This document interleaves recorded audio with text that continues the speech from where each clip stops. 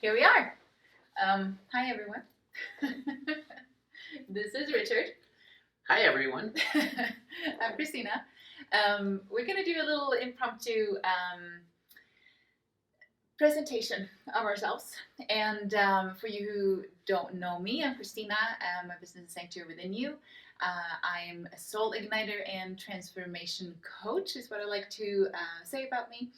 I help you get into your essence, peel off all the layers of everyone else, of conditioning, of the world, of trauma, all of that kind of stuff, to get into the core of who you are and to find your truth, to have space to be you, and to find your passion and your light. But I'm not going to talk too much more about that. We're here at the Chi Institute because we want to introduce Richard and the Chi products and how we met and why we're so passionate and working together as well, because we have a similar mission, just different approaches to it. And so we love our conversations. We hope you do too. And you might see some of our giggles and whatever we get into. But yeah, let's get started. Richard, who are you?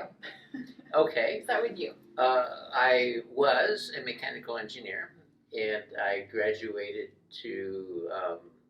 I married a Chinese medical doctor who became an acupuncturist in the United States, and gave me this whole tour of qi, hot qi, cold qi, and all these different kinds of qi and step qi and things. And I found, as an engineer, I found it impossible. And so I started exploring it. And then, so I coming back to, I would call myself an etheric sludge scientist, which means whereas Kristina wants to take you to higher and higher places of consciousness, I want to study the mud that you're currently stuck in. I like this. This is how we complimented you. Yeah. I love it. Okay. And so what is this stuff made of? Traditional Chinese medicine has 3 fields of consciousness. Jing, the physical or electric field that's pretty close to the body, kind of this blue layer that some people see, and you see a lot of drawings of it. Then a bigger magnetic layer that's kind of this thing that's aura, very much the aura. Mm-hmm. And that's the, to me, that's the conscious awareness that we're present when you focus your attention on something and your attention goes to it. That's the conscious awareness of the magnetic chi field. Mm-hmm. The electric is much more the unconscious, the strength.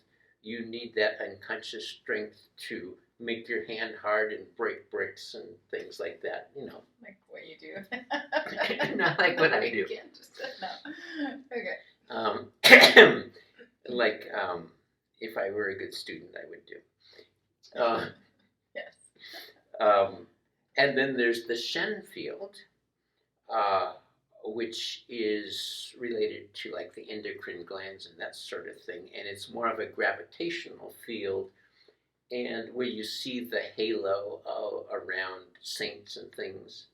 That's kind of a vision of, sometimes I've seen that showing up in pictures. Mm-hmm. Of that's the Shen, which is much more of the spirit level, or the higher consciousness of insights, downloads, things that you suddenly get all at once, that it's real hard to put into words. You get one thing instantly and it takes half an hour to try to explain it. Right, yes. So those are 3 fields of consciousness, and each has the stuff that can mess it up. Mm-hmm. So that's, etheric sludge scientist studies that. Okay. I have to just pop in something, because I know at least people in my group who study the gene keys, we're going through, in the membership right now, we're going through the radiance sphere, and in that he talks exactly about that. That in the city form, for you who know Jinkies, will know that that is where we get to our radiance when our inner light can shine through the form and start to disperse what the sludge is in the form, and we get out into we get to radiate our inner light. And when we can be in that space, then he describes that also as that halo, or not just here, but that radiance. So I know we come from different angles here, but that for me is so much how I kind of explained of you start radiating after you've set the boundaries to clear your space. Then your inner light starts to radiate out through all these layers until you're here, and you don't have to necessarily hold the boundaries because your light holds the boundaries. Is how I see that. Just wanted to pop that in. I like that. Yeah. Mm-hmm. So. And Dalai Lama breathing.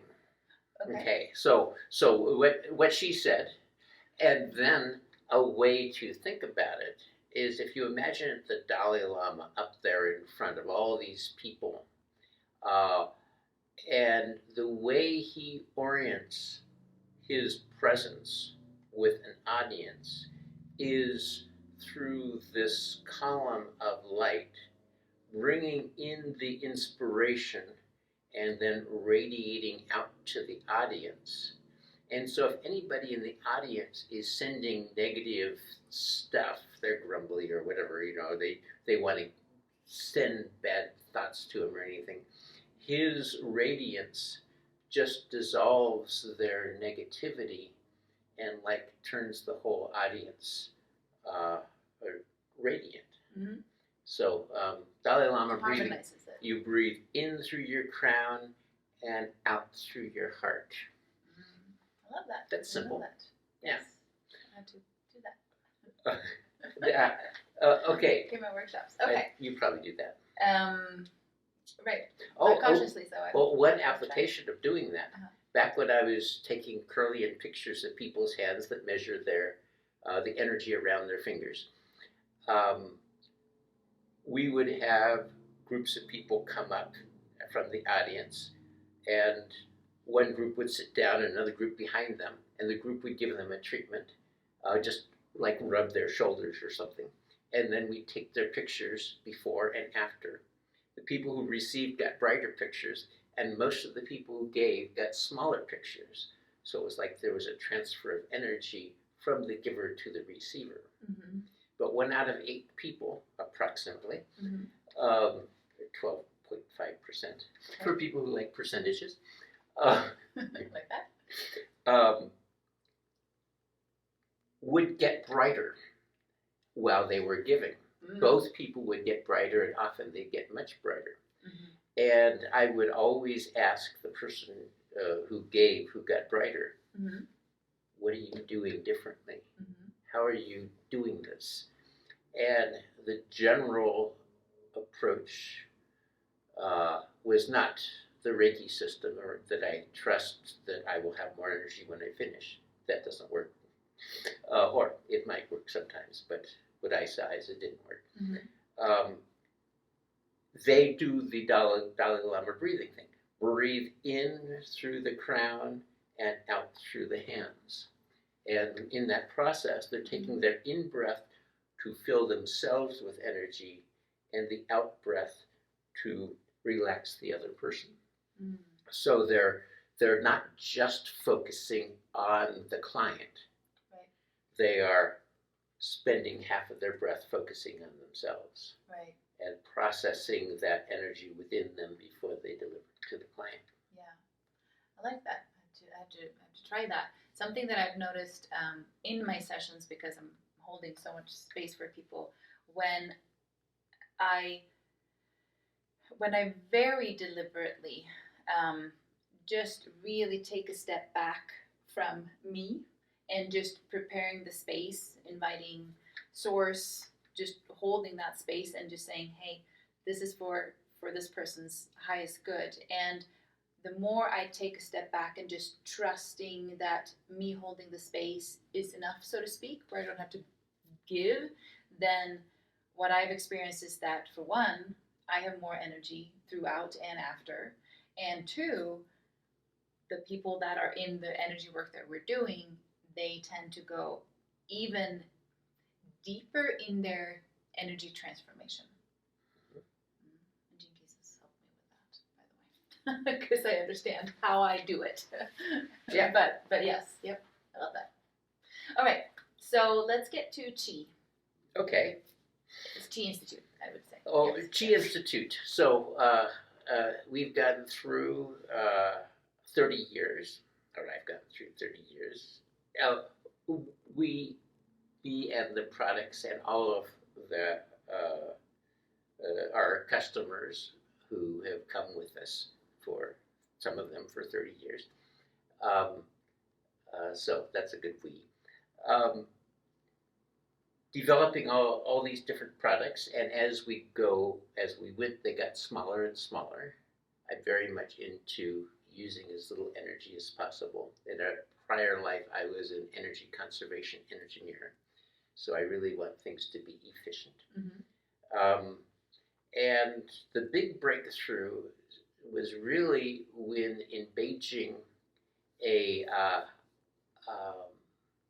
acoustical engineer was approached by her nephew, and her nephew said, "Something is coming out of my hand, and I want you to measure it. I know you can measure it."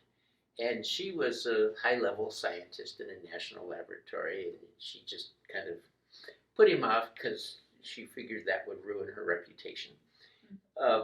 And he eventually talked her into it, so she took him into this anechoic chamber, which was really cool. 30 feet tall, 30 feet wide, with all this finger foam, the foam that was about a foot deep that would absorb all the sound. And he laid in the middle of it with his hand aimed upward, a little infrasonic microphone, and he emitted his energy. And it was measurable. And there was a measurable pattern to the acoustical output from the energy. It was very low frequency, subsonic. Mm-hmm.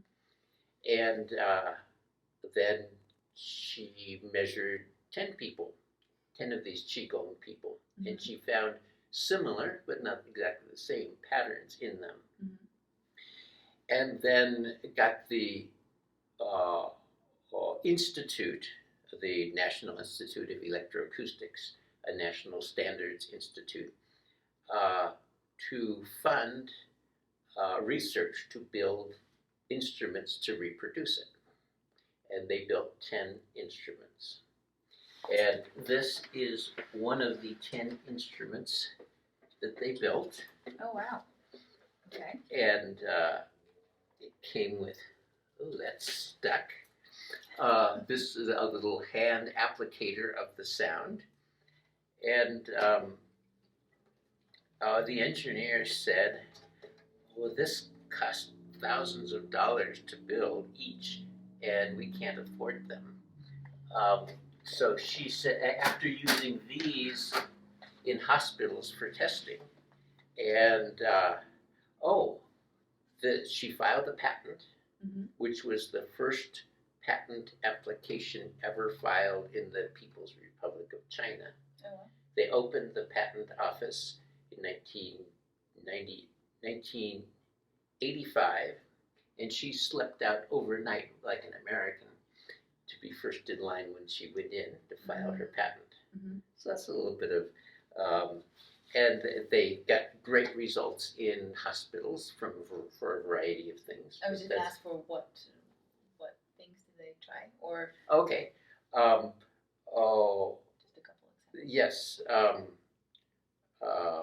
they injected rabbits with pulmonary bacteria, treated half of them, and found that the ones that were treated had their immune response, the level of antibodies, went up by a factor of 20 within a day or two.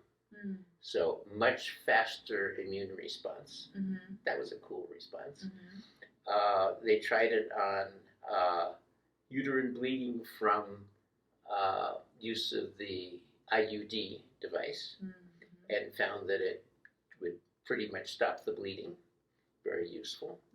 And then digestive discomfort, kind of kids who couldn't eat because the food wouldn't stay down and stuff, got great results there. And then they did these brain tests where they had, they wired people up with all these wires on their brains and had either a Qigong master apply his Qi or had this device just 1.5 feet behind their head turned on, and they got the same results. Wow. Very similar results either way. Wow. And then they had a control group that didn't get the results. So that was impressive, that we could get alpha, a strong coherence in alpha throughout the brain, and frontal cortex domination, which means better focus of the conscious awareness, the chi field. Right, okay. And that is also what I've heard, when you meditate more, you develop that. The Qigong meditators did better than either the emitted Qi or the machine. So they got a better score at this, at bringing their brains into coherence. And is that, sorry, so this is where I have to get in with the alpha. Is that where the alpha brainwaves are dominant, or how does that work out? Because you mentioned that. Okay, there are many kinds of brainwaves: delta, theta, alpha, beta, gamma, and the emitted Qi matched most closely with the alpha. Okay. And as I researched that in the United States with nurses, I had them fill out questionnaires, and then I measured the trembling of their hands to see what frequency was their dominant frequency. And those people in alpha, those nurses in alpha, said, filled out their forms, I am a team player. I work well with my team of nurses and with the hospitals. Whereas those people in theta, a little lower frequency, struggled with the administration of the hospital and found conflicts in their work. So alpha brings teamwork, and it worked into alpha brings teamwork in cells. Cells begin to work together, whereas theta is rebellious cells that are yelling and screaming about having been abused from the hammer that hit the toe or whatever it was. When there is rebellion, there is inflammation, and inflammation impedes healing and causes pain. So that's why these are so effective at reducing pain and accelerating recovery. Right. So I love that. Yeah. Yes. So we went through, and this was one of our models.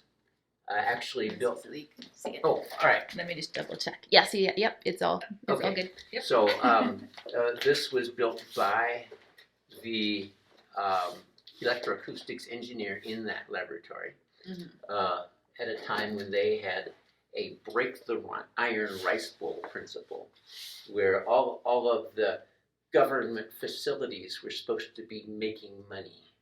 So this helped them to qualify as being somewhat independent of government funding. Okay. And I noticed that there's a chi symbol on it. So was it something that you then had made too? She manufactured them specifically for us. Oh, okay, gotcha. Yeah. Okay. So we were the only ones. I was the only one interested in her invention. Everybody else sort of ignored her. Okay. But I thought this was something really good, and I still do. Yep. And she does too. I do too. And very much so. We have worked into making it smaller, more effective, more ways to simulate the emitted chi from people. And so this is our latest one. You might be able to see it wiggling even. It's on now. Yep. And so it emits magnetic and acoustical and all those things. And this is the chi palm, we should say. So you can hold it in your palm. And so we named it the Chi Palm just because it's a simple name, much better than, this was called the infratonic QGM. And QGM was Qigong machine. Okay. And that was way too unrememberable. Yep. So Chi Palm, that's easy. Yep. And we have the beautiful Chi there. Every one of them has that beautiful Chi logo, which I am so proud of. Yes. And this is then developed, this is your latest one, it's number 11. Right. Yeah, so they've gone through different processes. This was number 4. Okay. And so, can you tell us a little bit about the 3 different settings? And maybe... I think you might do better describing them, because okay. I took her through a tour and gave her one, and she just described all the details of it, just that were exactly the way I understood. Okay. And then we went to the different ones, and she just described them perfectly, just by feeling what was there. Right. Okay, so I'll do a short description about that, and then you can add things to it. Well, why don't I start by saying, yes. One is straight alpha, the signal that was originally measured, kind of enhanced through my research on what is the frequency band, how it's presented, and all this sort of stuff. That's called the balance setting. Balance setting, and so that's pretty much all alpha. And then there's the acute setting, which has alpha and gamma is the sound that we measured from the heart. The heart has the thump, thump, thump, and every thump goes thump, thump, thump, and that higher frequency is this gamma frequency that's very much toward intuition.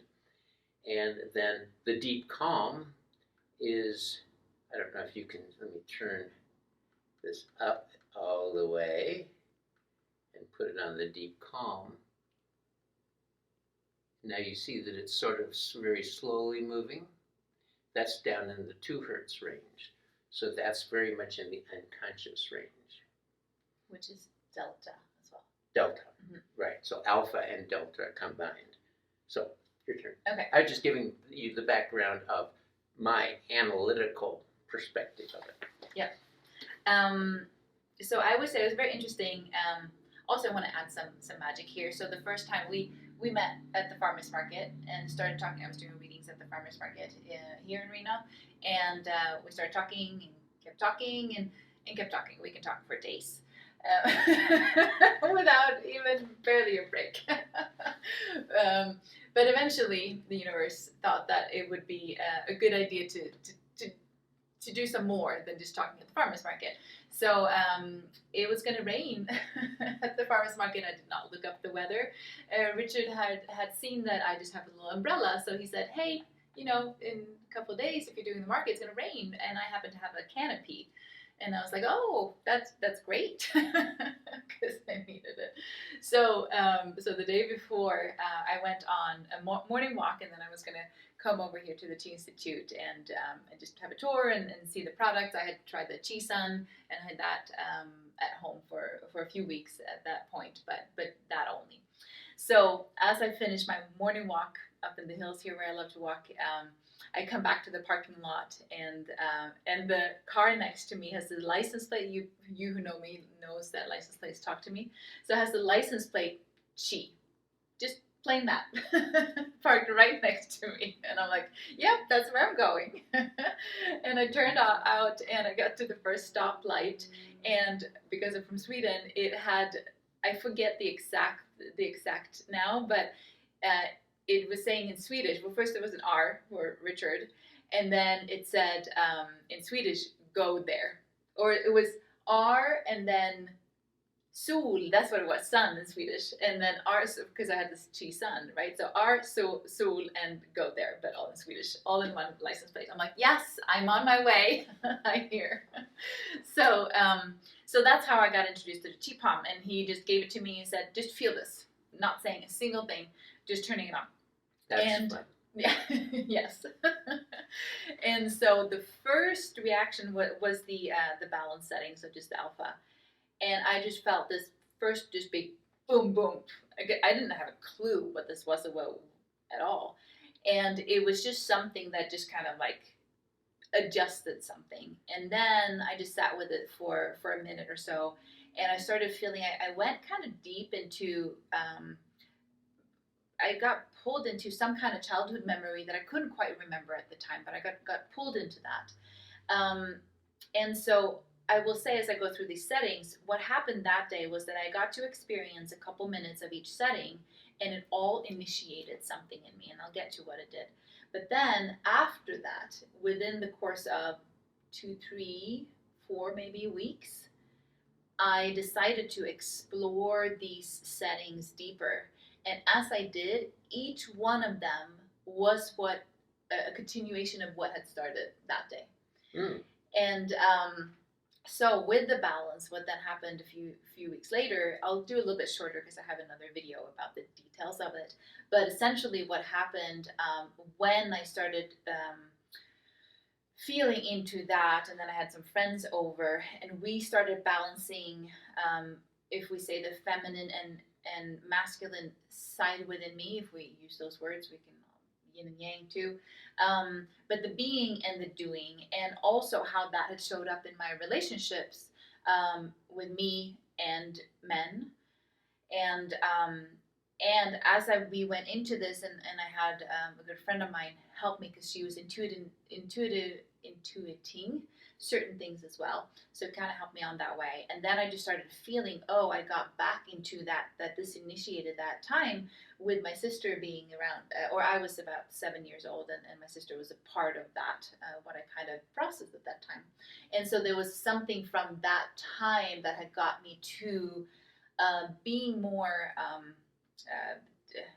defending spirit in my feminine energy. So then I had to like let go of certain things in order to then allow the masculine energy within me to harmonize, to balance. So I was balancing myself, which then has also opened up in terms of relationships since then. This was just a few weeks ago, but there has been more of that. And we did a retreat day, which we were healing that even more so, and got kind of deeper into that. And it's also showing up and changing in my actual relationships at this point as well, which is very interesting. So I'll just leave that, sprinkle that little detail there, or leave the details to something else. Let's do that. So then let's go to the acute setting, which is the Alpha gamma. Alpha gamma. By the way, do you have anything more to say about that balance setting? Did you have any other intention than the chi, the healing form? It is basically the main, I don't know if you can tell, I made the little button bigger than the others. I put it in the middle, and basically I just tell people that's it. If you had just one button, if you're in doubt, use that one button, because going into alpha brings kind of global cooperation. It goes through the nervous system. The whole body tends to start shaking in alpha.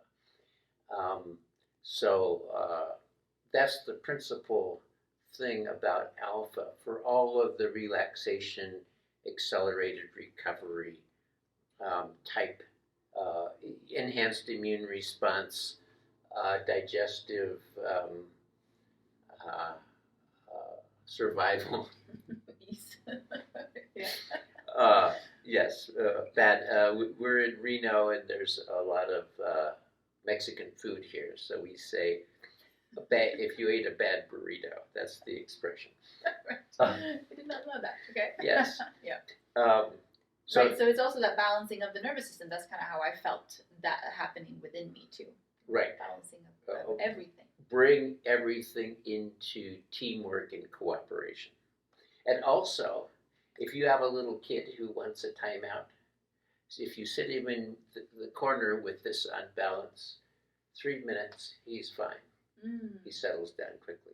And if you're a practitioner And you have patients who come in and are all complaining, saying, you worked on my knee and it still hurts. And he looks at his chart and says, well, we worked on your shoulder last time.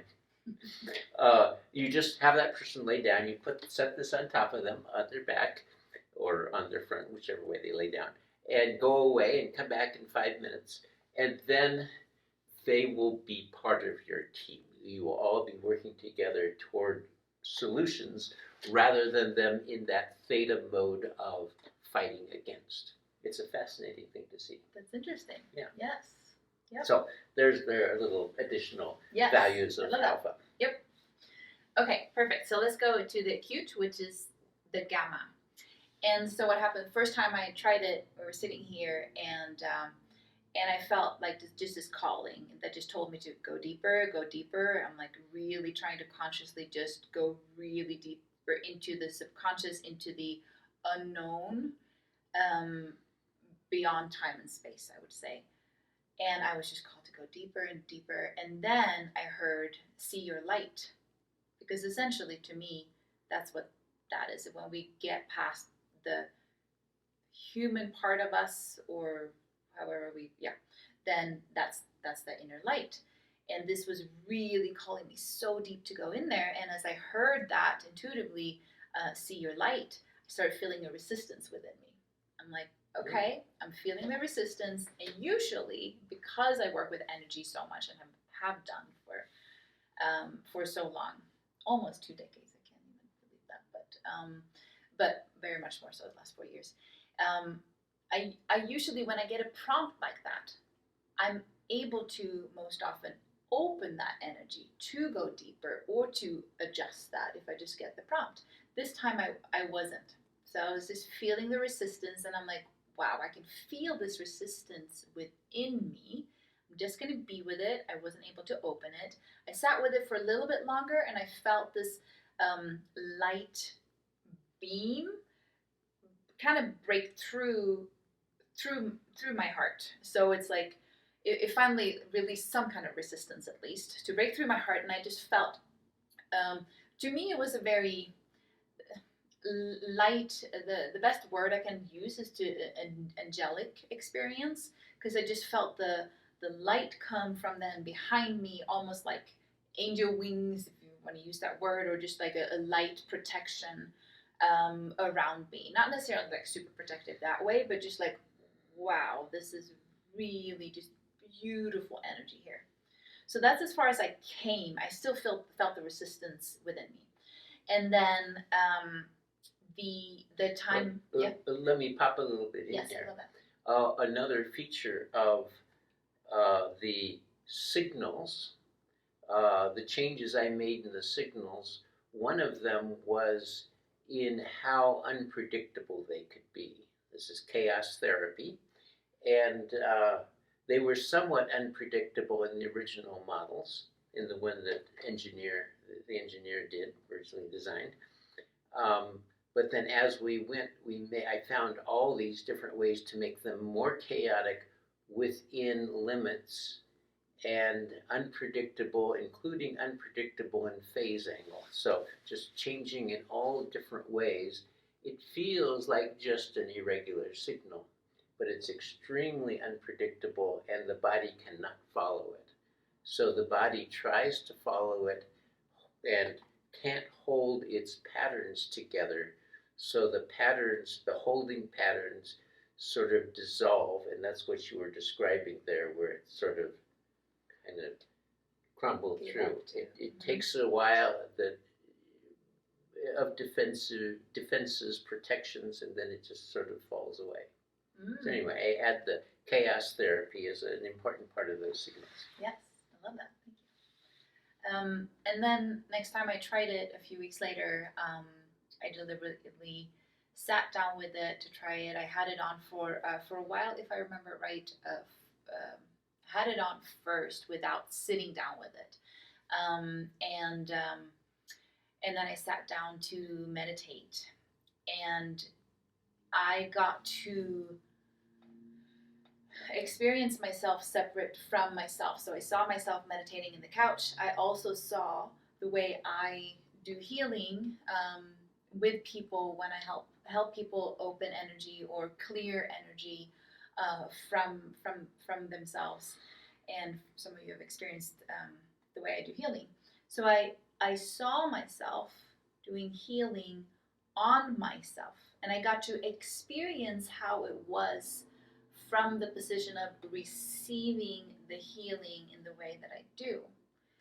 And I don't usually get to experience that since I'm the doer, but this time I was both. And it was so amazing. So that tunes back into see your own light. And I got to really experience one major part of my gifts, and to fully see how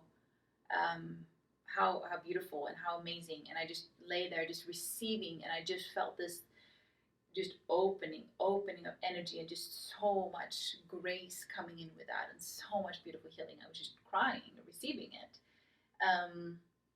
And so, long story short, that was my experience, and a very profound experience, because that's what most of us struggle to see our own light and see our own gifts that oftentimes we take for granted, especially if you're an entrepreneur. I'm sure you've heard that several times. It's one of the first things that we, if we're an entrepreneur or a coach, but I even experienced that in my product business, right? The first time I'm selling my hemp products, my textiles, and like, wow, people want to buy what I make, and people value that and thinks that brings them something beautiful, you know? So I think that's something that every entrepreneur goes through more consciously, but that we all go through. We need to see our own gifts, because that way we get to turn that love to ourselves. So that the acute setting is a very light energy for me. It does inspire that. When I do feel like I'm in a lower energy, I use that setting, because I know it brings light, a lighter energy into my experience. I also will say I used that one. I've tried it on friends that has had pain. That's been amazing for the knee. I used it just the other day when I was just overdoing my thigh exercise too much, and I used that, and it pretty much dissolved that the sharpness of the pain. Also used it in healing purposes, and I test when I do this with muscle testing too, what people need and whatnot. So also the kind of like just dragging out like sludge, energetic sludge that tends to come out, and this tends to help that, or just kind of like accelerate that, so we can kind of move that. Is my experience of it. So it does a few different things, but yeah. Okay. Okay. Wow, we can talk about this for a long time, but I'm gonna start try to not talk as much either. The deep sleep. I describe that as delta and alpha, and one of the things I get the talking stick. Yes.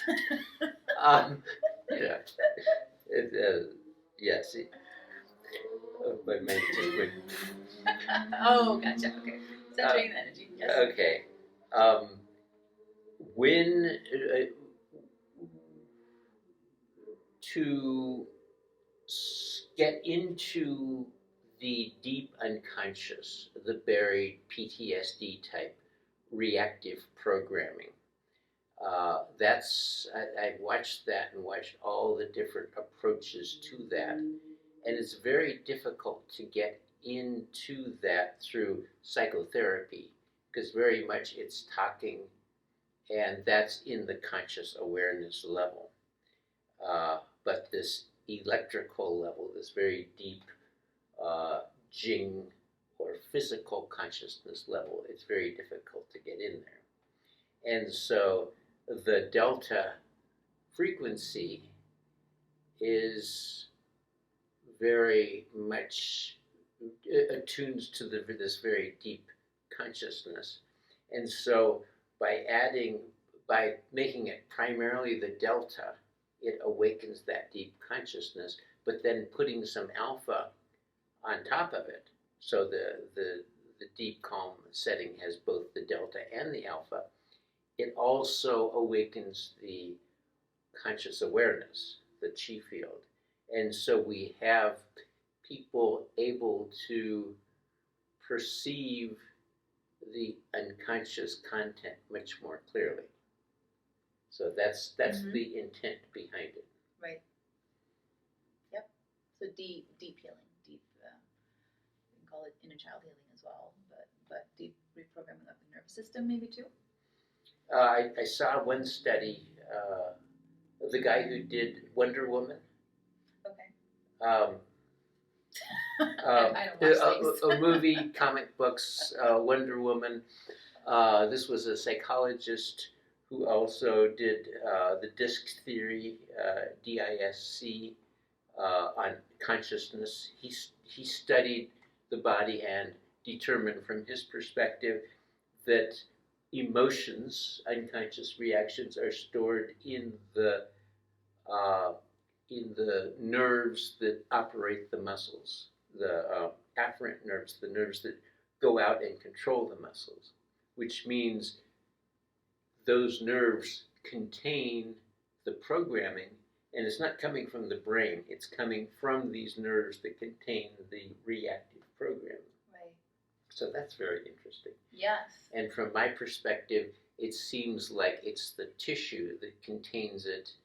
And we're really, when we think that the brain and the nervous system is the center of the universe, that's excess scientist ego.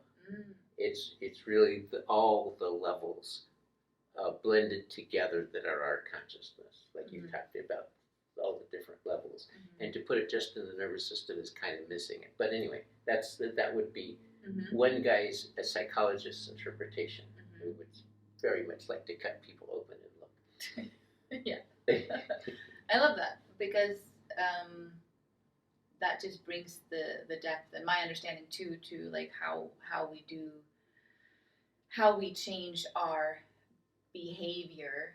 We have to go down into those deep levels. We can't just understand it here, which is my experience, or my experience with everyone who works with me as well. We have to go into. But I like that. And I'm going to try to get her to watch the Wonder Woman movie. Okay. We'll see if you succeed. Yeah, I don't think I'll get anywhere, but worth a try. Worth a try. Shall we look at another product? I want to say something about that though. Oh, you get the talking stick. Yes. So I experienced because I didn't have a whole lot of experience with that the first time. I just felt like, wow, this is just it just calmed me very much, and I was just kind of sitting with that. And then there was a day that I'd experienced these other two so much, so I'm like, okay, it's time for this one. And I was on your site actually reading more about it, and it said put it on at the bottom of your spine. So I stuck it in my pants, and I made lunch and whatnot, and just had it on there. Right between like L4, L5, and where people get low back pain, right where the lumbar meets the sacrum. Okay.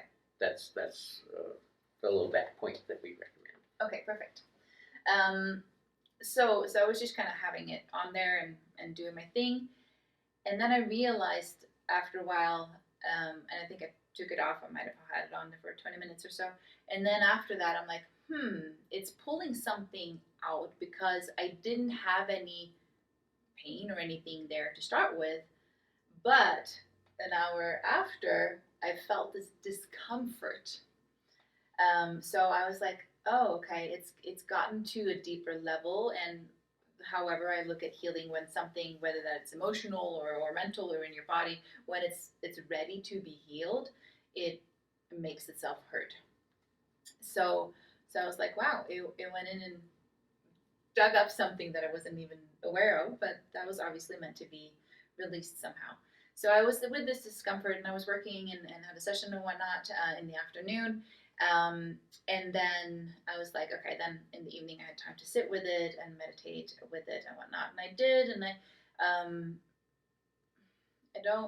the meditation was kind of short, and I fell asleep for a while. And then as I sat up that evening, I realized that, oh wait, now I'm not quite here.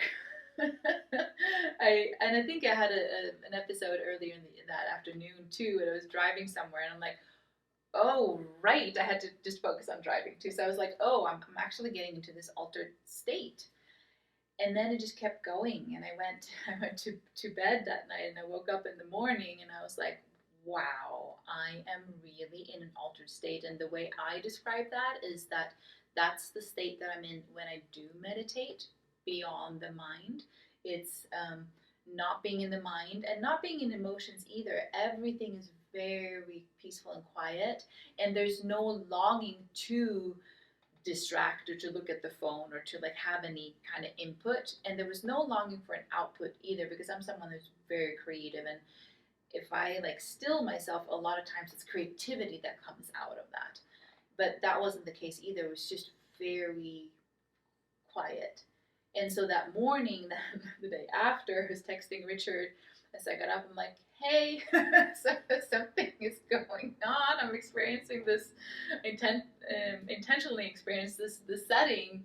And he's like, okay, let's meet up. And I'm good with just holding that space for people. So I would also say I experience it in when I meditate, and also if you've done a medicine journey, and kind of the state after when everything's just very peaceful and quiet, right? So we met up. I drove there. I shouldn't have, probably, because I was like, wow, everyone has to stick to their lane, otherwise I'm not fast in my reactions right now. But I just asked for protection and got there in one piece, and we were just sitting. I think I was just experiencing this space of being. And so that was that day. I had a cacao ceremony for a few people that evening. It was just telling me all the time to just trust. I didn't have to prepare anything for the cacao ceremony. That channeling space that I am in is that space, so that didn't feel foreign or weird. It was just like leading up to it. I'm like, wait, now shouldn't I prepare something? And it's like, no, just be. You're in this space already. The next day, I had a full retreat day. So this was now like 48 hours into it. Full retreat day for a few clients. Also, that went well, just kind of in that space. And in that evening, so a good 48 hours or even more. So when I started this, I went to this Water Lantern Festival here in Reno, and I got there and I realized that there's several thousands of people there in the evening. But I had such a feeling for it from months in advance to just go there and put my wishes, put my intention out into this water lantern with everyone else. So I was sitting there in the sand, drawing and writing a poem, and I was just in this space, and I realized that in one way I was so in tune, so much in my channeling space that the veil, so to speak, was so thin. I could easily do mediumship as well. It was just, everything was so right there. And at the same time, sitting there around thousands of people, usually I'm very sensitive to people's energies, and even if I do put up my energetic field, I feel people. And this time I didn't. It was like I was in a bubble of just peaceful, beautiful quietness. It was like that noise of other people, it couldn't even penetrate. It was just so much radiance, so much light, so much love, gratitude space within me. So it was just it couldn't penetrate, and it was so peaceful, and it was amazing to be able to sit there and be so conscious of it. And I was just sitting there. We meditated, everyone together, and then I was just kept in that space and just kind of sending love in that space. So, and then maybe the next day it started to wear off a little bit, so to speak. But it was just such a profound experience to get to that space with just something, which is not just something, but not in a meditative space or not with any kind of substance, just with this and myself. And thank you for listening to that long thing. So, to get that experience with the deep, calm setting, the first thing you need to do is to be Kristina. That's not true. Now you just missed the No. whole stuff. Okay. I just extraordinary detail in ability to tune in is a very impressive skill. It illustrates where this goes. I wanted to talk a little bit about understanding these delta, theta, alpha, beta. Yes. We resonate with Earth, and Earth, right at Earth's mantle, the solid part that we can stand on, if lightning strikes, it goes around the Earth and comes back again about 8 times per second, which is right the barrier between alpha and theta. Alpha is the frequency the Earth resonates with in the mantle, in the solid form. It gets smaller and smaller circles, it gets faster and faster, 8 to 12, 12 and a half. And theta then is from Earth's surface out to the first Van Allen belt, the ionizing belt that helps to protect us from cosmic rays and things. And that's a resonant field where Earth has consciousness as me as separate from the universe. So this idea that I am competing with the nurses who were rebellious against the system, whereas down in the mantle, the nurses that were resonating at that were solid and all together. And then outside that first Van Allen belt, between the first and the second Van Allen belt, is the very low frequencies between 4 hertz and a half a hertz.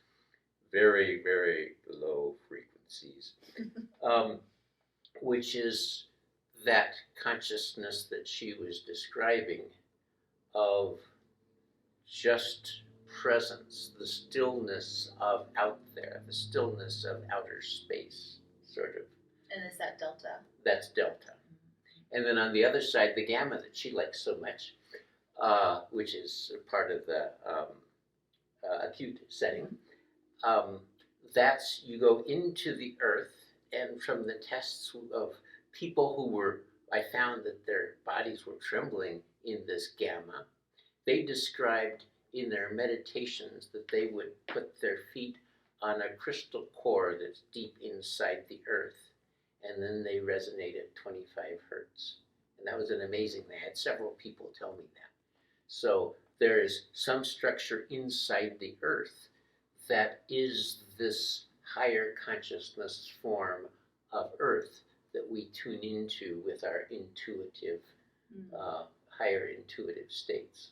So anyway, that's a way to understand these human brainwaves and how they relate to the life of Earth. And it sort of shows that, yes, we can imagine that we are individuals, but really we are blades of grass on Earth. Anyway, I love that. But that would be good. Yes. Yes. And I believe, too, that people can experience that with that delta setting. It might take some training, because I've done training into not being in my mind. Would you agree? My thought is get some extra training with Kristina. Get out of your mind. Yes.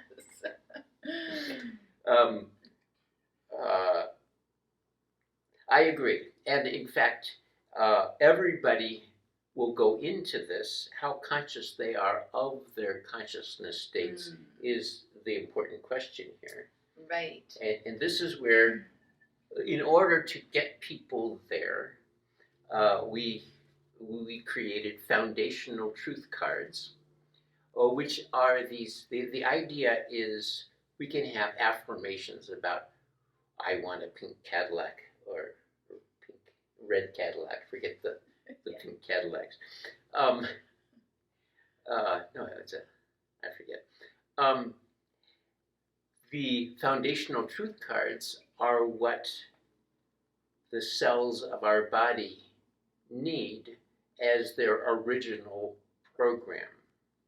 So I bring joy to the center of my heart. Wherever I go, whatever I do, I'm 100% safe. Decisions make me stronger.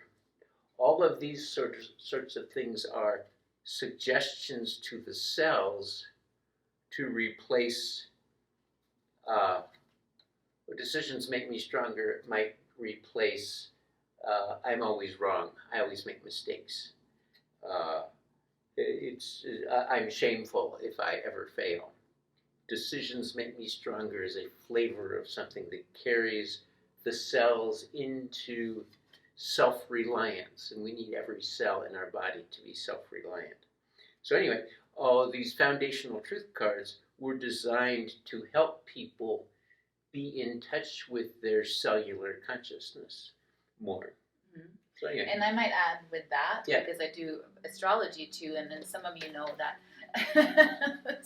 some of you know that I like working with, for one, fourth house annual perfections. And if you don't know what it is, it's a little bit more intermediate, but also looking at where your IC line is, because that is the foundation that you come from. It's your home, but it's also where you come from, the home that you come from. So the way I see that is that when I do work with people is to make them aware what that foundational truth is within them because of where they come from, and then we reprogram that, or we can reparent. A lot of times it does have to do with our parents and their belief, and then what we took after them, but can be society, religion, all kinds of things, right, that has impacted us. And so we work through to make that a more beneficial foundational truth if we come up against the limiting ones, which we all have.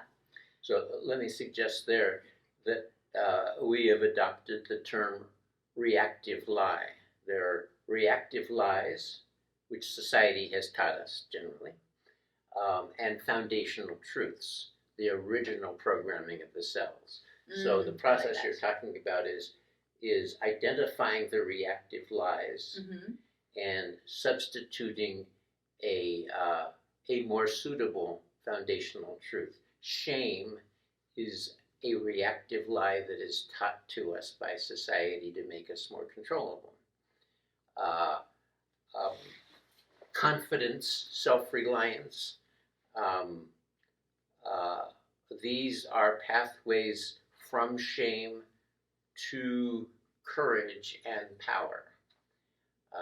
And they don't want us powerful, so they would rather have us be shameful because we have no power when we feel shame. So that's an example of the shame being a reactive lie and the courage being the foundational truth. I love that. Yep.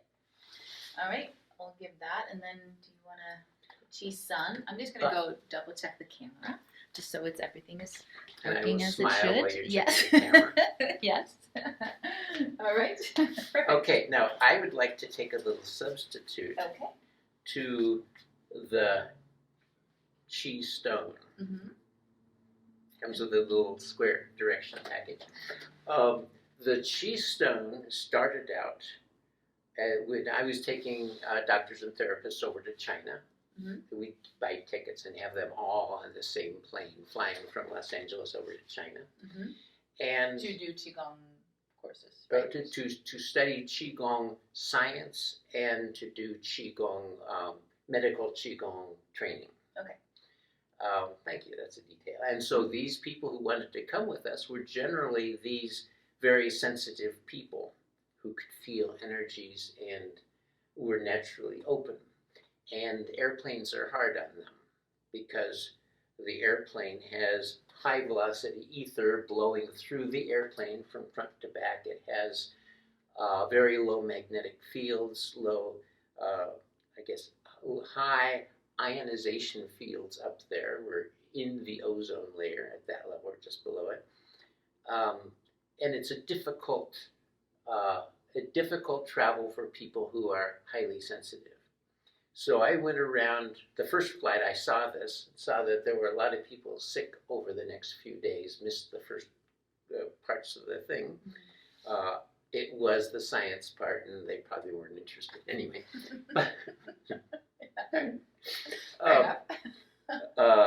But on the second trip over, I brought equipment because, opportunities for researchers. For research. And so the people who were having trouble, I'd look for the people with the red face or perspiration, or the people who started getting angry and all these different sorts of things, or kind of sick. And I gave them all these different things, magnets and ionizers and all this different sort of stuff, to see what would work. And I would sometimes trade them around, see if when that didn't work with that person, but this would work with that person. Getting an idea of what was from the standpoint of chi, or kind of energies, what would be the solutions. So we developed our first ones, and for the next trip to China, we sent everybody one first. And so they all wore them on the airplane. Everybody had one on. And they did much better, and they survived nicely. Far less missing of the first couple of days of the events. I think they more went off and played golf and things to avoid it. To still avoid the science part. Yeah. Everything. Okay. Yeah. Okay. And that was that? We went through several iterations. Again, I'm never satisfied. It's one of those things with that shame that's in me. I always think I can do better, but that's okay. Yeah. Okay. And so this one, smaller, more efficient, 1,000 hours of operation, which is awesome. Yes. And the reason I wanted to bring this one out next is because I want you to see when I hand it to Kristina. Because I've never actually held it. Okay, I'm going to push the button, and you can see that the light turns on, and then it starts blinking. Okay, you know that it's running if you're on the airplane 12 hours into the flight, and you look at it, it's going to blink occasionally. You know that it's on. Okay. Here goes.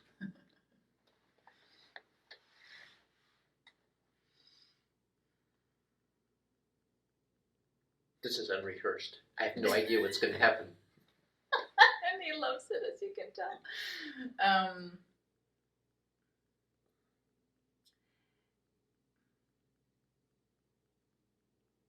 It's interesting. So it feels to me, the first thing was a very, like, as I was having and talking, like it's more of this kind of open energy, and then what I felt, the first image, and I'm very visual, as some of you know. So the first image that I got was kind of like a rock that just kind of created this grounding in me. Not that, like, not heavy, like, oh my gosh, a rock, but just like grounding. I'm actually feeling it in my left. Let's see, there's something else going on here.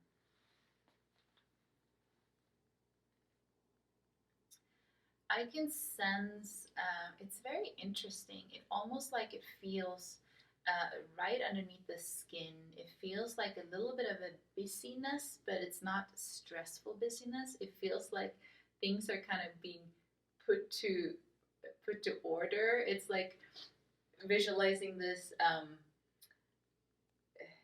almost like in a factory, and you see, or like in movies or however, you see all these like workers, like busy bees running around doing their thing, having a mission, doing there, but it's just a very like busy but not stressful. It's organized in its way. It just doesn't look organized from when you don't know what you're looking at.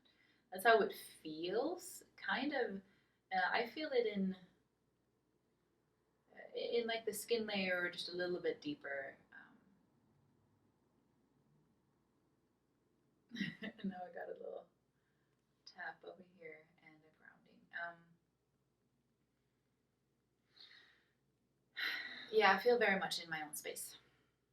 I will finish that off with. It's all of that and it's just like kind of reorganized. Just whew, okay, here I am. I'm in my own space, and it's not that it's like super relaxing or anything like that, but just in my own space.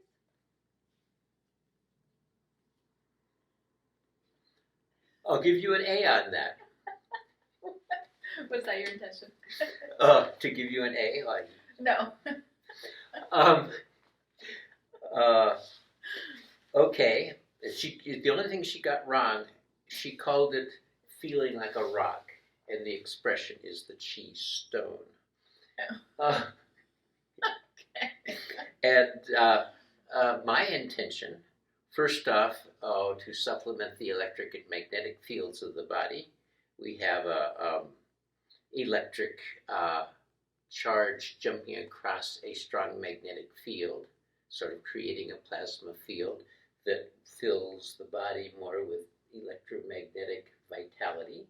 Mm-hmm. But more importantly, we have a chaotic signal in the 1,000 to 3,000 hertz range of this spark that's jumping across this field that is creating little micropulses that, as long as this is in your pocket or anywhere within an inch of your skin, it will create little pulses that, just like you can measure the electrocardiogram or the electroencephalograph or those sorts of things, you can measure electrical waves going in the body. This creates a pulse that spreads through the body and bounces back, just like you. It's just like my little workers. Yeah. Just like dropping a rock in the pond, the waves spread out, but we're doing it at unpredictable times, way up in the high frequency. You're feeling that buzzy busyness. Yeah. And so that is stimulating in Chinese medicine, you could say the Wei Qi, the protective energy, but the skin layer to pull in the field. So one of the problems that the healers have on airplanes, or in did they have Walmarts up in Sweden? No. Okay, in IKEA. IKEA. Where there are a bunch of people, and it's just the crowds, like she described at the Lantern Festival, where there are crowds that normally would get to her. This pulls in the field, and so that you are sitting in the airplane with your field pulled in close to you, rather than having it out there mixed with other people's fields, all these people with fear and all that kind of thing out there. It just pulls you in, so you're protected in a cocoon. Right. So she did a remarkable job at describing that. It's fascinating. This is why we love this. Can you see this? Like, we could just and I'm so fascinated about hearing this, because for me it's just energy, and I just describe how the energy feels like. There we go. Wow. And I love it when somebody is fascinated with my scientific drivel. That doesn't get bored. Is that what you said? So this people who have big spread out fields. Yeah. The very clairvoyant psychic types. It's very useful to be able to pull it in sometimes. Yes. And so that's what this was designed for, especially airplanes. Right. So anyway, I thought that would be a fun one. Yes, that would be to fun. do with you, and Yes. with all of you out there who are not presently with us, but with us in the future. Yeah. Yes, Which is really strange talking with you, but she talks with you so confidently that I feel like you are there. So that makes it easier. I do. Yeah. It's really like we talked about this you before. are there listening to us, and I appreciate your being here. Yes. And I hope you're as entertained with the science stuff as she is. Yeah. That we are about this. Well, yeah, I can listen to myself forever. I know now that there's so much wisdom, and sometimes it takes a little while to get. Not today. This is very good, but at times I've just learned that it takes a little while sometimes for you to get to a point, but the point is amazing. If I know I can say that now without you. I appreciate that because we have an audience who's Yes. watching, who you're not seeing me right now, and so I don't worry about being embarrassed now. In the future, you can see me, and somehow that I'm protected with that. Perfect. Yes. Yeah. No, so much wisdom always. Thank you. Okay, so we could go towards the Chi Sun is an easier one, but whatever we have two different segments that we could go to. I kind of feel like this though because it does kind of Oh. segment into the stone in the. Okay. Yeah. So the it's right next to it. Yeah. So basically,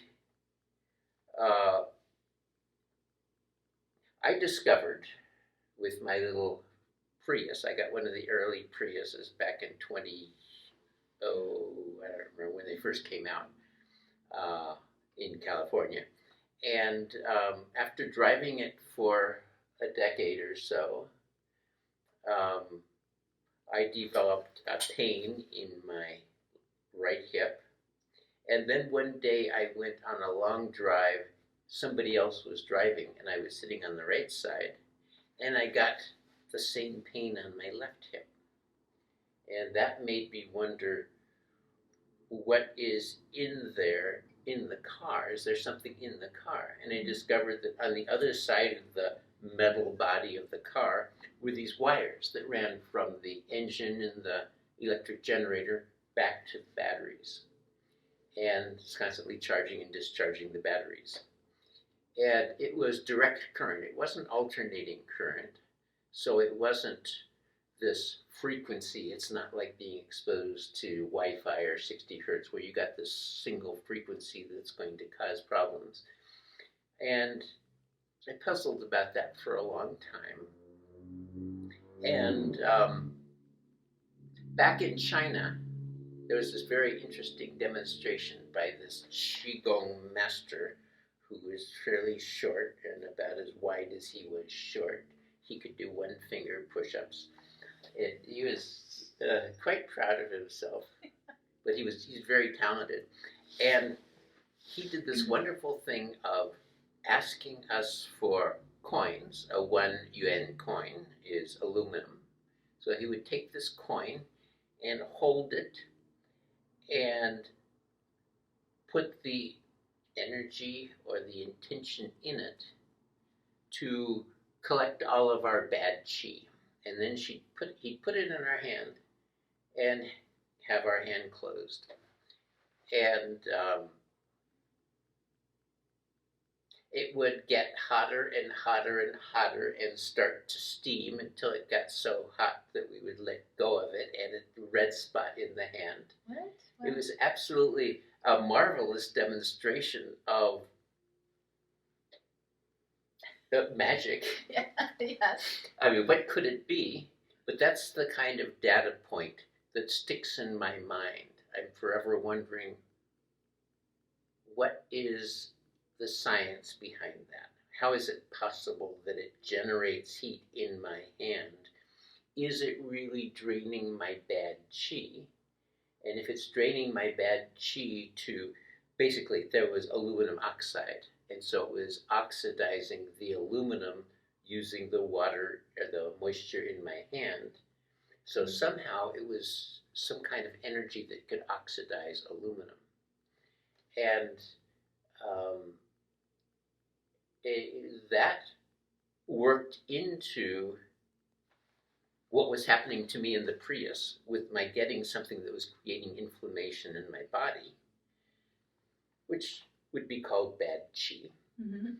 And it worked into the car engine is burning gasoline, blowing apart the gasoline and the oxygen, and it recombines into these little molecules, water and carbon dioxide. Mhm. And when it recombines, it shoots out an ionizing photon that hits another gasoline or oxygen molecule and breaks it apart. And then it goes on to this whole process of combustion. And it's emitting all of these ionizing photons far more than it needs to burn all the gas. And it goes right through the metal, into the car, travels through the car body, and in the case of my Prius, through those wires. The center. Yeah, Yeah. between this side on me. Yes. And then that basically flows through the air more slowly than it flows through wires, and was getting into my hip. So this we call oxidative pollution. It is pollution that can be, this ionizing energy blows apart oxygen, but nitrogen has more bonds in it, and it can store this energy. So we have nitrogen that's most of the air, 80% of the air is nitrogen, and it can carry this ionizing energy from car engines to bystanders, to people sitting in cars. Mm-hmm. It's this inflammation energy is the source of road rage, those sorts of things. And from some stuff that I was looking at in Ecuador, where there's a Vilcabamba, mm-hmm. that's a little village of 3,000 people, and then 50 miles away there's Loja, 800,000 people all travel, congested with cars and stuff. They have normal levels of diabetes and heart disease. Vilcabamba has very low levels of diabetes and heart disease. So this oxidative pollution gets into the body and creates free radicals that contribute to cancer, diabetes, heart disease, and all those sorts of things. So that's the background. It was a long story. Yeah. And then I got into, what can we do to get rid of this stuff? I had it in my car, and I wanted to get rid of it, obviously. Mm-hmm. And so this is for cars. You can plug it into it used to be cigarette lighter, now it's the auxiliary power port. And it connects with the metal body of the engine, absorbs it and absorbs the high energy, ionizing energy, and steps down its frequency. So that was my Prius answer. Mm-hmm. But it works for all internal combustion cars. Mm-hmm. And then there are those people who complain about EMFs. Mm-hmm. EMFs, what is it? Electromagnetic. They have an electromagnetic hypersensitivity syndrome, which is kind of a psychological term to say that you're crazy if you feel it. But nonetheless, it's a real thing that people feel, and from Wi-Fi, from fluorescent lights, from broadcast towers, cell phones. Yes. Mm-hmm.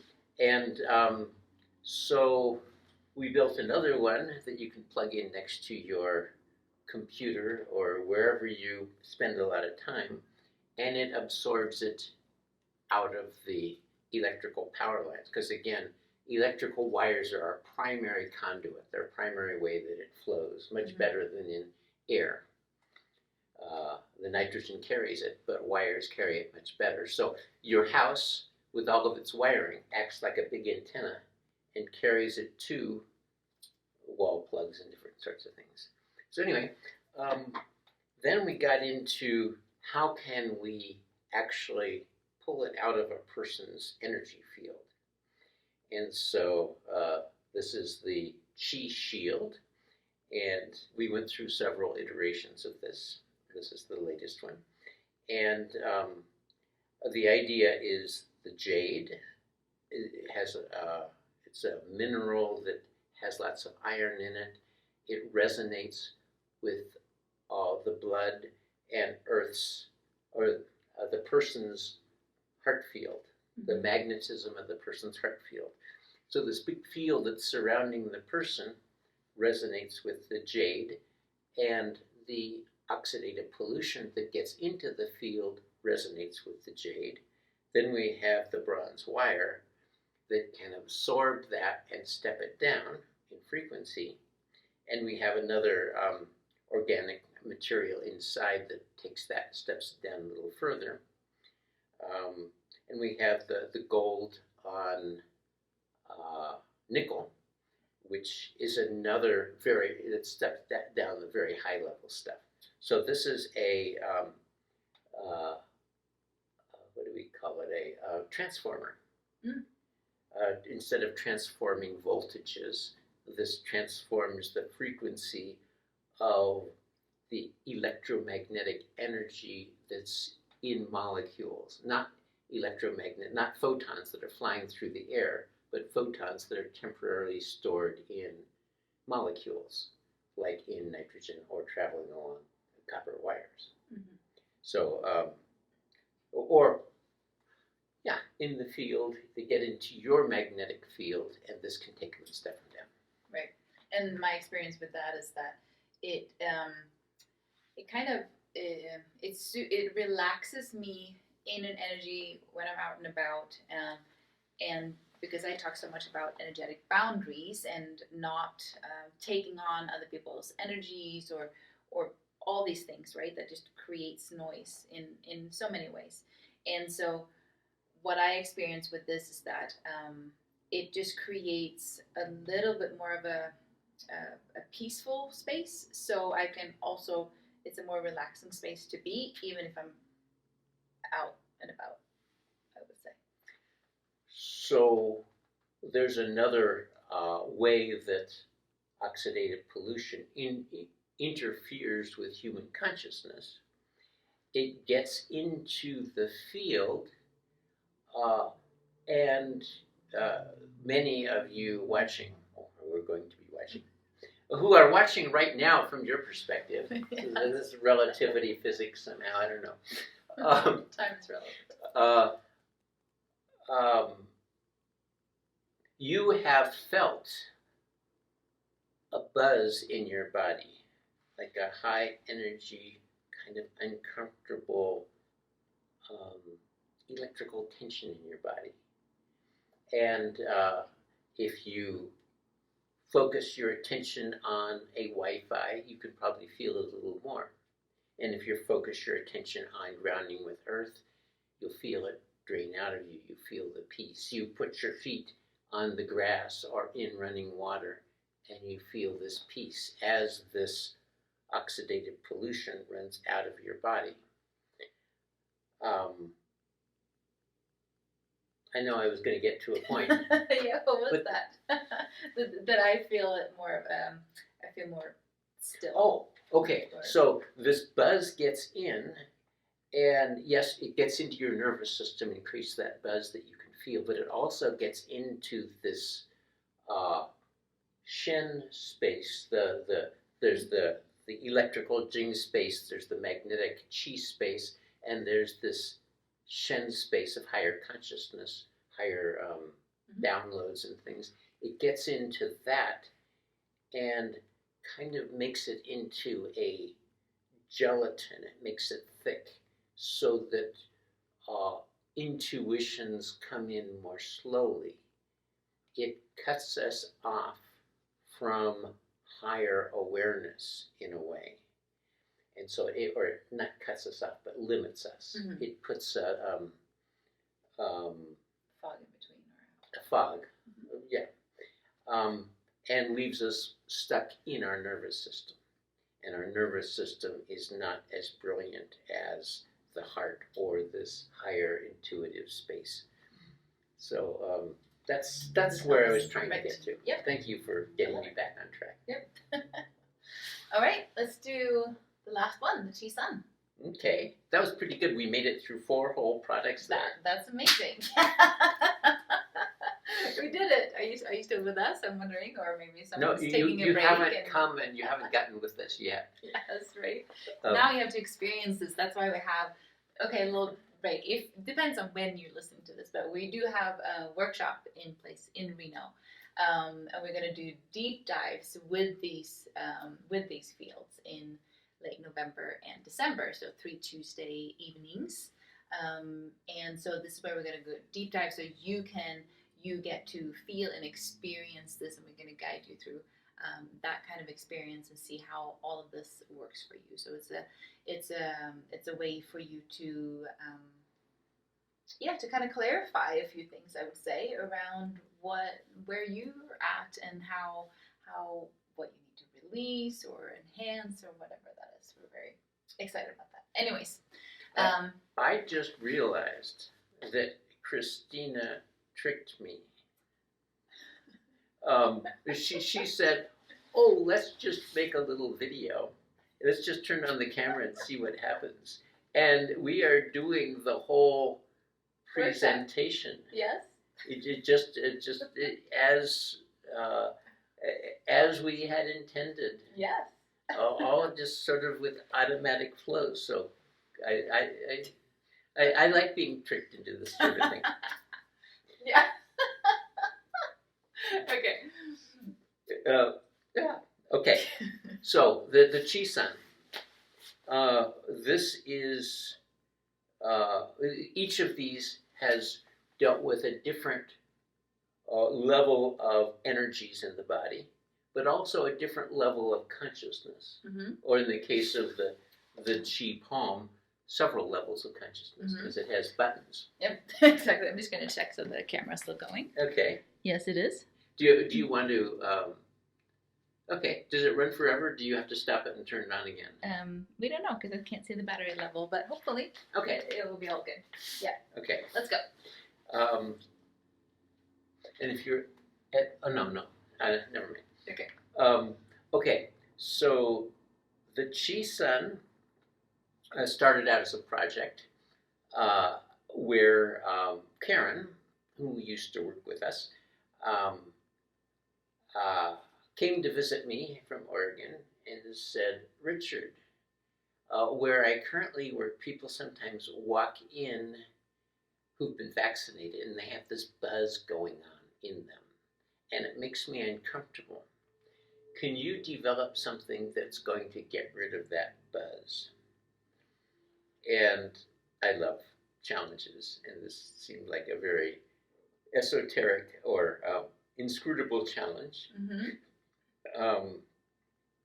But I thought, well, Karen, like Kristina, is very intuitively guided, and when Karen says something, I usually find that it's possible. So I dived in, and sort of immediately when she asked, I got this concept for something I might try. And I built it and tried it and did some stuff.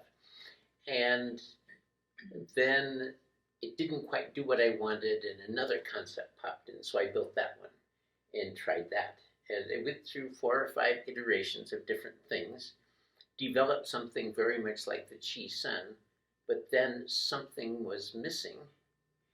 What we had achieved with the initial Chi-Sun was dissolving the AI, the artificial intelligence that's been pushed into the bodies, where you've probably met people who act kind of like zombies. They're walking through this world doing the same thing they did yesterday, and repeating the same phrases that they hear on TV or read in the newspaper, and don't really seem to be thinking for themselves.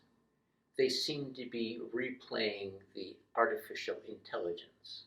So all of that stuff is called AI. And in addition, stuff that you get, heavy metals that you get if you eat things made from processed white flour. The whole process of making white flour involves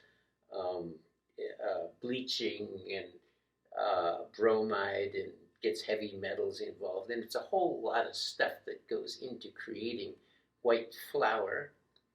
And if you are so terrified by this that you never eat a bite of anything made by white flour again, then I've done something good. Okay. Oh, I'm with it, right? Stuff with the, yeah, okay. Yeah. I get it. So anyway, it was at that point dissolving the AI, and it didn't. The Chi Sun didn't dissolve the AI, according to a clairvoyant DNA communicator. The Chi Sun would attune the DNA in each cell, and the DNA would download the latest information from source rather than replaying the AI, the artificial intelligence that's created by the heavy metals and things in the cells. And it would be able to basically kind of magically have the cell become what the DNA envisions. And that would immediately cause the spike proteins to dissolve, the heavy metals to be pushed out of the cell, and all of these different sorts of things, kind of magical transmutation of the content of the cell, because the DNA remembers. And so the only thing that we needed to add at that point was something that stimulates the body to attune. I have yes. I have other words, but yes. Yes, to bring in, essentially bring in, we could call it the soul or the higher awareness that has been pushed out by all these heavy metals and protein spikes and all these other things. So to recall our conscious awareness into the body. Pretty much align the immune system back into its aligned frequency, healthy frequency. So I was walking through the park, and I saw this card reader offering to read cards. So I signed up, and she read my cards. I was asking about the future of this, where it goes forward. And she did such a great job that I pulled it out of my pocket and had her hold it. You didn't tell me about it first. You just said, that would ruin it, yeah. Yeah. And she did what she does. She gave a remarkably detailed description that fit with my understanding and inspired new thinking in me. Because the first thing that I felt was that it was a life force energy. That's what came out with it, which is exactly that. But yeah, sorry, just wanted to pop that in there. Yeah. So anyway, I just wanted to say, I handed it to her and said, "Give it a try." And so that's my background on the whole, everything I know about it. I don't really know the details of how or why it works. I just got, try this, see what it does, get your feedback, and then improve it. It was a cycle of improving, moving it toward what the world needed. So don't ask me, how does it work, beyond what I'd already told you. I did drag some things out of it one day when we were talking. He explained it a little bit more, but I can't re-explain it. So I thought that was everything. Yeah. I'm sorry, I'm hiding something from you. Yeah. And I was like, what's in here? How does this work? And all of these things, but I can't say it. So I can tell my experience with it. The very first time I tried it there at the market, I just felt, he just gave it to me, and then he's like, oh, I'm going to go and buy something, whatever. And so I was sitting there, and the first things that I noticed was that I just wanted to breathe more and breathe deeper. Like, I wasn't really aware that I wasn't necessarily not breathing deep, but it just kind of created that space. I also felt some kind of like tingling start. I'm like, there's just something kind of adjusting here in my body. And then I believe it was that afternoon when I came home, or maybe I don't know if you gave it to me that time or the other time to bring home, and I used it for a little bit longer, and then I just got into the space of just again just peacefulness. So the mind went peaceful. It was a space of not wanting to interact, like not having like the phone or something that distracts me, and not like creative outlet, just peace. And so that was my first experience with it. It really helps kind of to get out of the mind. And then as I used it more, I used the first setting, which has a little bit of gamma in it as well, right? Mm-hmm. Yeah, it's just the white noise setting, and here you can see the light working too.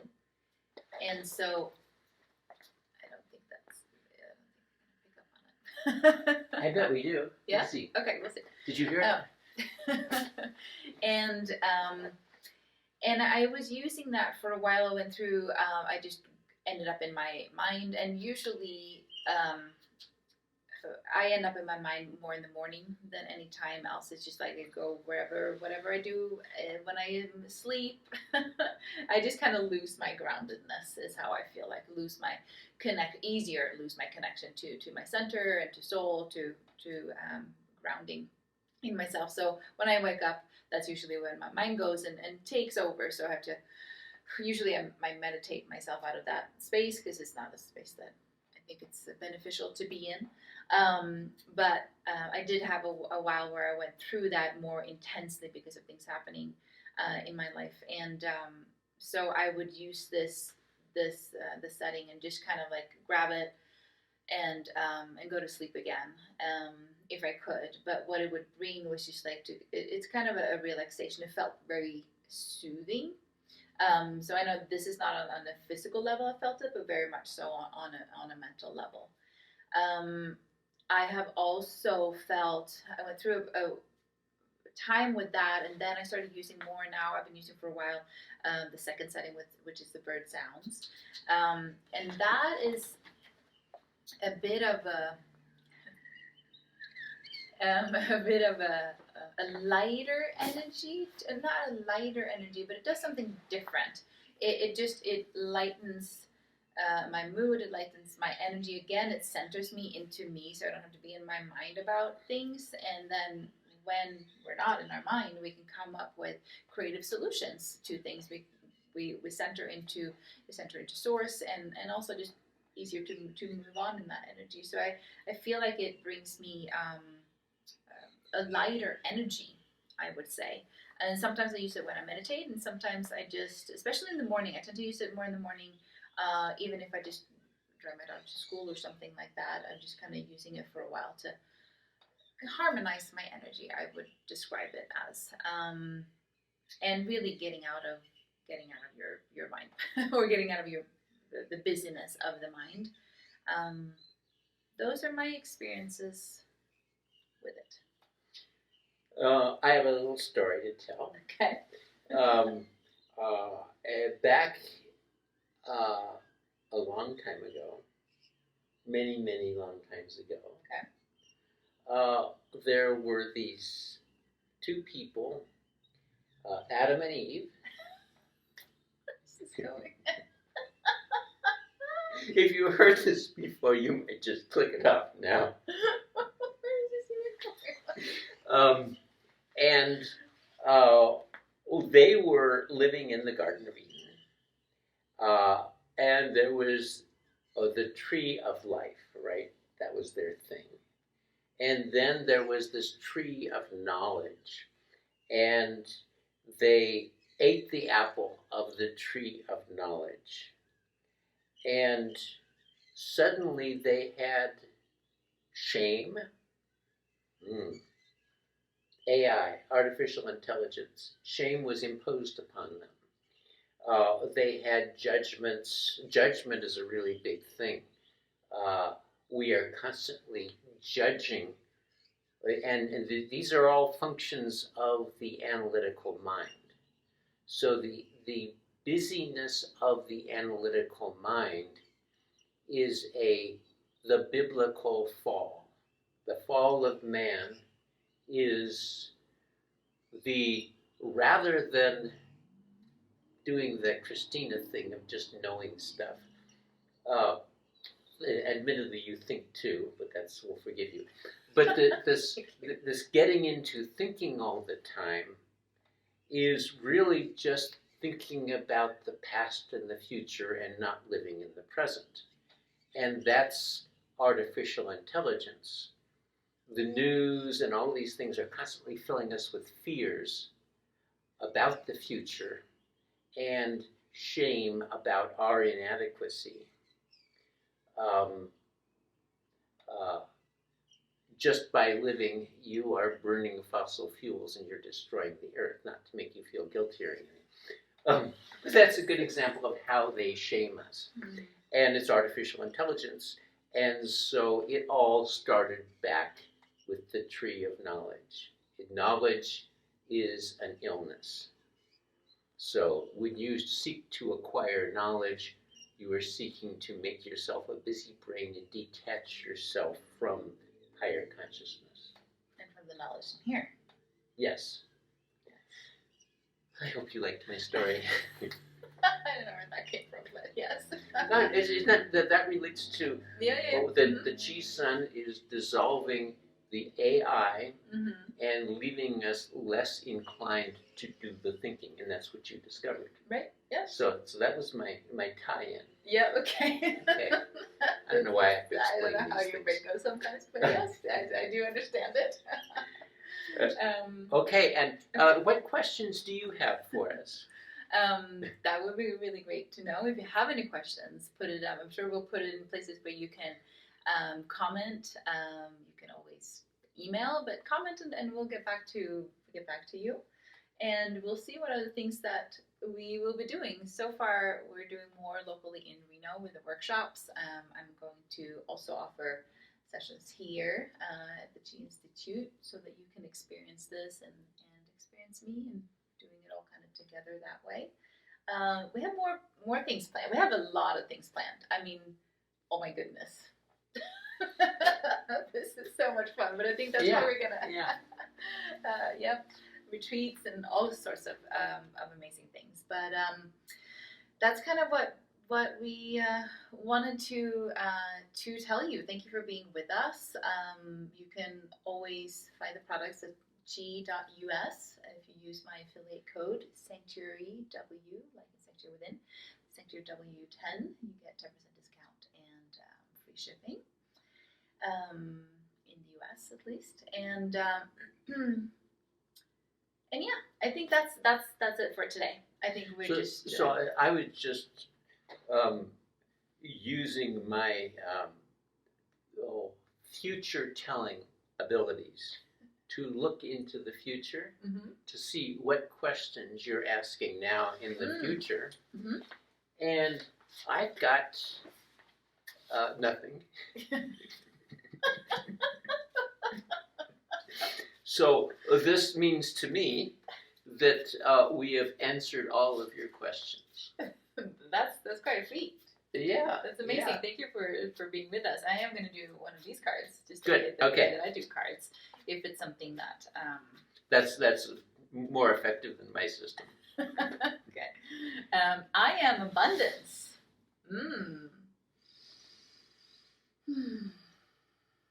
We all are. And abundance is different from wealth. Abundance is different from wealth. Yes.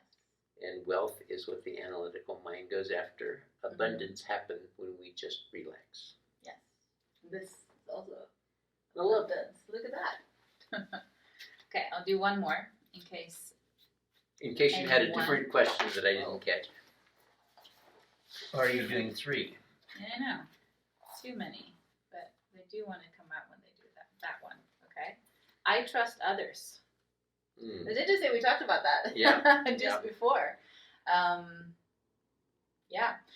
going to add my little thing to that is that, yes, because I work through a lot of people that has trust issues.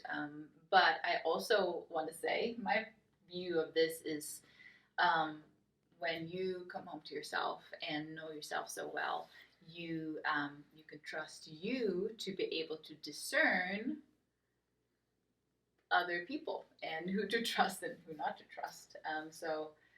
But it's also like the energy of this is that it's not just all villains out there, and especially if you've gone through a lot of things where you haven't been able to trust others, so they've been undermining you in one way or another. That's obviously there, but for me, it's always also about learning to trust yourself so that you can feel safe with other people as well, because you learn that within yourself. For those of you who are not as intuitively attuned as Kristina, I suggest the rephrasing of "I trust others" to be "I trust others to be themselves," and to ever trust others to be what I project on them, what I want them to be, assures that I'm going to get really upset when they turn out to be themselves. So I trust others to be themselves is to me, a better phrase to live by, and really look at how people act toward other people. And despite anything they say, they're very likely to act toward us the way they have acted toward other people. And so that can save us a lot of trouble. Yes. Maybe not for her, but definitely for me. I like that. Yes, awareness. That's all about awareness. All right, let's wrap up today. Thank you for joining us. Anytime in the future, you're welcome back. Yes. Thank you. Mwah, as always.